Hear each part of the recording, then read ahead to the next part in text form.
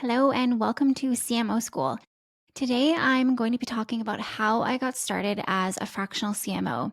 I get asked all the time how to get started, what background you need, what steps to take, and some of the lessons I learned when I first started. So I'm going to be breaking it all down for you and sharing my career background, how it set me up to become a fractional CMO, the misconception that I had around my own experience, and how ready I was for this role or not, the early months of trial and error. So, what I tried, how I really kind of found my path to the fractional CMO space, and ultimately what led me to create Fractional CMO School and help other marketers build their own thriving business as fractional CMOs. So, if you've been curious about becoming a fractional CMO or you're already in the role, trying to figure it out as you go, this will be a great episode for you. So let's get started. So, starting out in my career, I actually started in the tech startup space. And it was a really cool place to start my career because I actually was able to dive into all areas of marketing.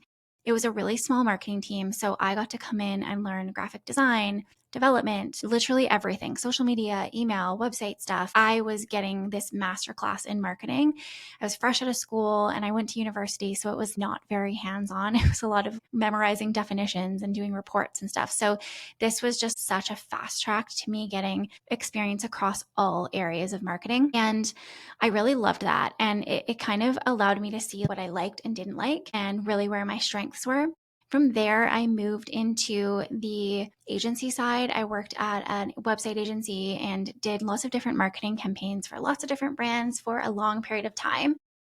That was a really cool way to see from an agency perspective what it felt like and looked like working with various different clients. And looking back, I think that one of the things I loved most about that role, which is true for my personality now, is just the ability to work with lots of different clients and have that fast paced kind of changing environment. I just found that so dynamic. And I found sometimes when I was in house with a brand, like working inside of a company for any length of time, if my role wasn't shifting enough and I wasn't growing and learning, I would get bored. So the agency model was pretty cool for that. So from there, I kind of shifted into I shifted over to Lululemon. So I worked there for quite some time running their global marketing campaigns.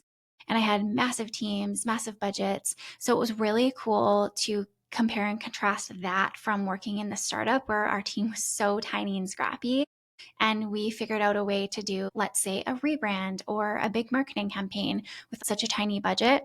And then I'd go to Lululemon and it was just out of this world budgets and these massive teams. And just so interesting to see the speed at which, a Lululemon could run through something versus a smaller company. So I think having that experience of the small versus the bigger company, big budgets, small budgets, really gave me the background to be able to look at a company's size and be able to sort of understand what it's going to take to pull together something within marketing and what expectations I might have. After working in corporate, working agency life for so long, that phase in my career, I was definitely in hustle mode. And I think really looking back, there was a lot of fear and scarcity and things driving all that, which is another mindset episode I can record. But I just was really in hustle mode. I worked so much, particularly when I was at Lululemon. I remember sometimes getting there at 7 in the morning and not leaving until 8 or 9 or 10 o'clock sometimes. It was just hustle mode times 100. And I think at that point in time, my career was just so important to me. I really wanted to learn. I really wanted to excel,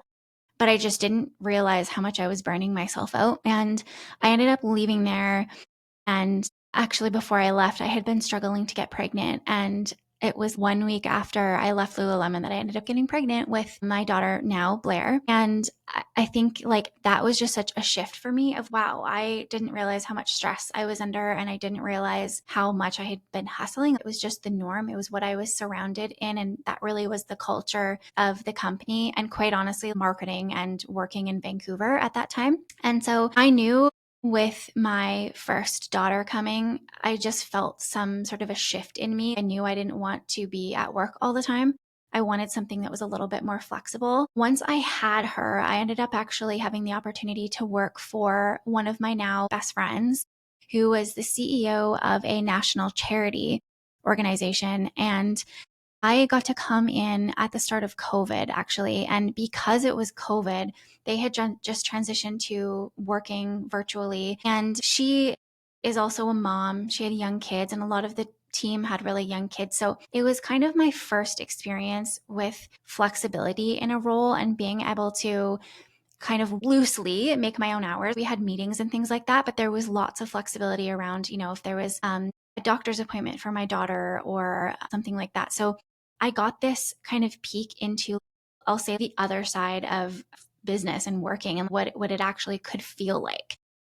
Comparing to my hustle mode where I had been working insane hours and had no balance, to this where I was able to join a Zoom meeting with my baby on my lap, or say, hey, I'm going to head out at 2:00 today for an appointment, or I'm going to go take my daughter to the park, which was this taste of freedom that I knew from that moment I was never going to be able to let go. So I actually ended up working there for a while. When Blair was 1, I got pregnant again and had our second daughter, Ella, shortly after. And that had worked so well. Like, working at that company had worked really, really well for our family. All the flexibility that it allowed me to be a mom and also still have a career, which was really important to me. When I was about to have my second daughter, I just kept having these thoughts of wanting to start my own company. And that had been something that I had talked about and thought about from the very first job I ever had. Probably within that first year, it was an idea that I had and something I kind of knew I would always do. And for some weird reason, I could not get it out of my head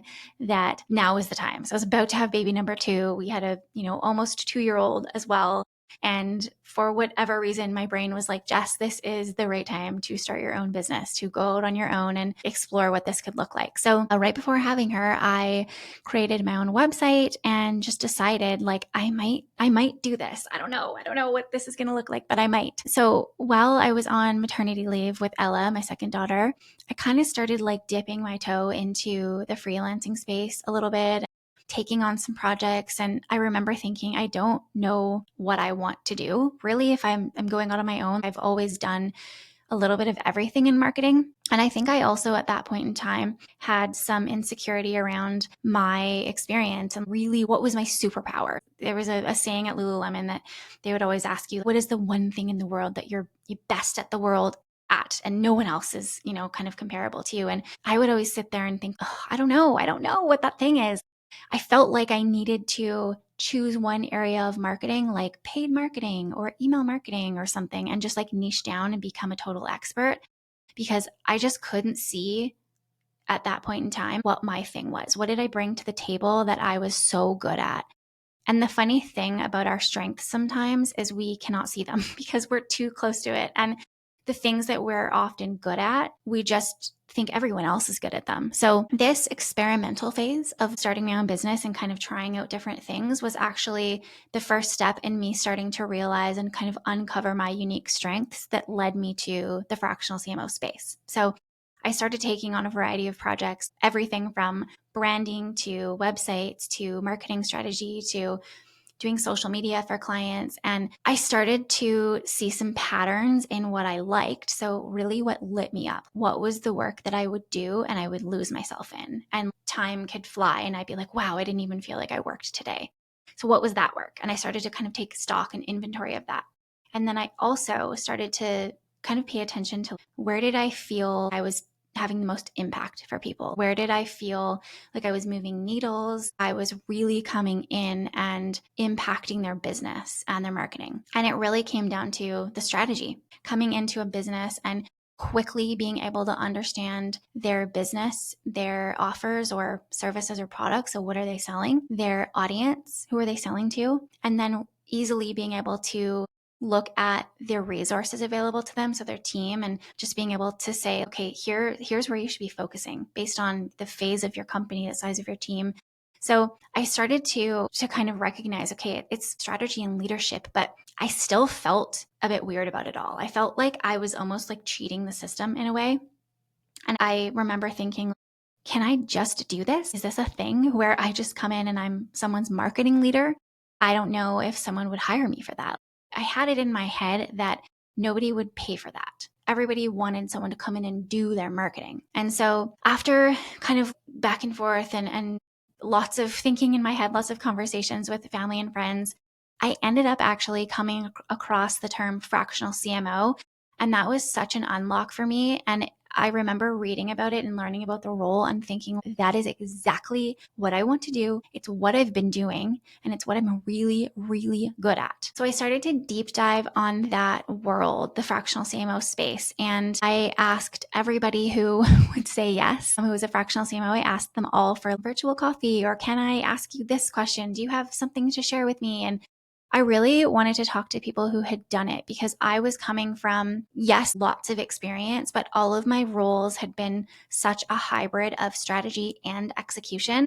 And in my mind, I just didn't know how to untangle the two. And I didn't understand, like, if I'm going to be selling myself as a fractional CMO, how am I packaging this? How am I pricing this? And what am I actually doing? If I'm creating a strategy, then what does the day-to-day look like? If I'm going to stay on with a client and I'm on a retainer, what do I do if it's not what I know? Because what I knew was, it's funny, I had been told many times in my career that I am a great get shit done person.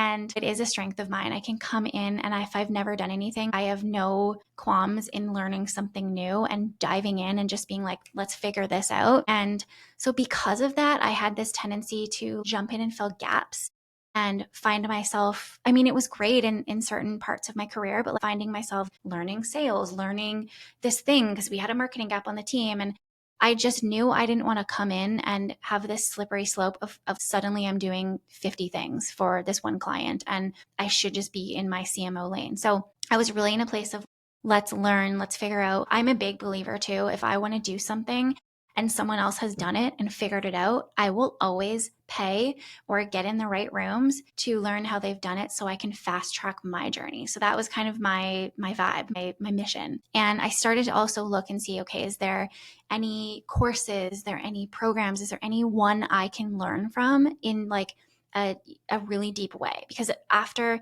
a bunch of coffees and things like that, I started to almost realize there was so much I didn't know about this. And I wanted someone to just kind of hold my hand and give me the roadmap and say, here's all the mistakes I made. Here's what to, avoid. And here's how you do it well right out the gate. So I ended up looking and looking and looking.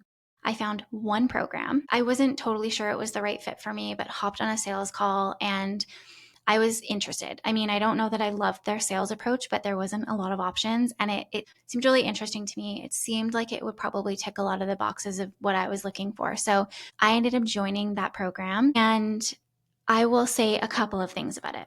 Number one, don't regret that whatsoever. It was quite a big investment, especially for that point in time in my career. But I think the biggest things I got out of that was number one, the confidence in my skills and my readiness to do this role. So it was so interesting coming into a program and seeing other people who were already working as a fractional CMO or trying to step into the space. And then also the team that was teaching inside of this program and looking at their background and experience. It was one of those things where I was looking around and I was like, okay, hey, Jess, you have been kind of doubting yourself and you actually have insane great experience. You are so ready for this role. So it was just me looking around and seeing others, and that in itself just giving me the confidence and saying, if they can do it, I can too. I just need to believe in myself. So that was number one. And then number two was the confidence in coming out the gate and charging premium rates. I really had no clue what to charge as far as fractional CMO rates. And I think had I not done that program, I probably would have priced myself a lot lower to begin with. But again, being around these other CMOs and hearing the clients they were landing and how they were packaging and pricing themselves really gave me the confidence to say, okay, if they can land a client at 10K per month or 15K per month, I can too, because I have that experience, or I actually have more experience. Or so it was, those two things were by far made the ROI for me on the program worth it. That being said, I left the program and I still kind of my main reason for joining, having clarity on what does this role look like? What is the day to day? And how do I show up and serve my clients? If I'm not stepping into what I know as a hybrid strategist and marketing execution role, I still left not knowing that. There just wasn't a lot of training built around that. And so I ended up starting out that first year, and it was really, I'll steal a phrase from my friend Anna. She says, fuck around and find out. And I love that so much. It really was that for me in that first year, just trial and error. And I would get a client and say, okay, this is the package and this is what I'm going to do. And these are the meetings. And it was so much trial and error over that first while of figuring out what worked and what didn't work. And I will say I made some big mistakes. I lost clients. I would bring on a client and not have boundaries and then find myself working insane hours. And there was a lot of stuff that I had to just move through and do that trial and error phase to figure it out. And it was messy and it was in some ways painful, but I learned a ton. And then I would say about a year and a half later, I started getting a lot of people reaching out to me, lots of other marketers, lots of other fractionals, lots of other people even exploring the fractional space from a different lens, like a COO role or something like that. And they were asking me like, hey, I see that you're doing this and I would love to grab a virtual coffee with you, or can I pick your brain and learn like how did you price yourself, or how do you work with clients, and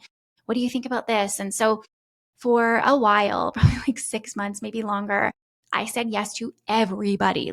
My calendar was packed with virtual coffees and meetings where I was trying to share everything I had learned with people because I really felt this desire to pay it forward. I have had so many people in my career help me and take time out of their day and to have lunch with me or coffee with me or make a recommendation, anything, just basically reach the hand down the ladder and help me for no other reason than just because they were good people. And so I have always said, when I get to that place where I'm the go-to and someone's asking me for help, I want to return that favor. I always want to be helpful if I can. Anyways, fast forward, so many coffee chats, so many meetings. My calendar was crazy and it started to just compete with my work for clients and time. And then I found myself as well starting to say the same things over and over and thinking to myself, I want to have an impact. I want to help, but there's a better way. I think I can package this up for people so that they don't have to wait to meet with me. I can help people at scale. Like, know that there's nothing out there like this because I've turned over every rock and tried many of the programs and there's really nothing. So why don't I just build it? Why don't I see if there's appetite and build it out? So I ended up launching Fractional CMO School, and that was a couple of years ago. And my take on that is there is enough pie for all of us to succeed within this fractional CMO space. And so I really want Fractional CMO School, the program, to be a place where marketers can come and learn. We can all learn from each other and be able to not make the mistakes that I made right away. Start with your dream clients and don't fuck it up and keep them, and don't build this business where you're locked into this insane job that is making you less than you used to make. And you know what I mean? I really want to see people do this and succeed at it because I just hear so many stories still of people being burnt out or saying, I don't know, this is not what I thought it would be. And I know that when we share and we come together and we share our learnings, we can all really help each other. And that is the whole goal of Fractional CMO School, is just making sure that if someone's coming into this space, they can avoid the mistakes that I made and they can have a business that feels really, really good. So if you're building a fractional CMO business and you don't want to waste years figuring it out the hard way, Fractional CMO School is open for enrollment, and we'll give you the step-by-step roadmap that I used to build my business to 6 figures in 6 months and then $1 million per year with a small team of 2. There's expert coaching, one-on-one support, and whether you are an aspiring fractional CMO or you're growing, you're trying to figure out how to scale your team or do the role in a way that doesn't lead to burnout, it is a great fit for you. And you can learn more at thecmooffice.com. If you love this episode today, here is what I would love from you. Take 30 seconds to rate and review the show. It helps more marketers and CMOs find this content. Hit follow or subscribe so you never miss an episode. And if you're going to implement any of this or you have questions, please don't hesitate to reach out in my DMs on Instagram. I would love to support you. And thank you for listening. I will see you next week.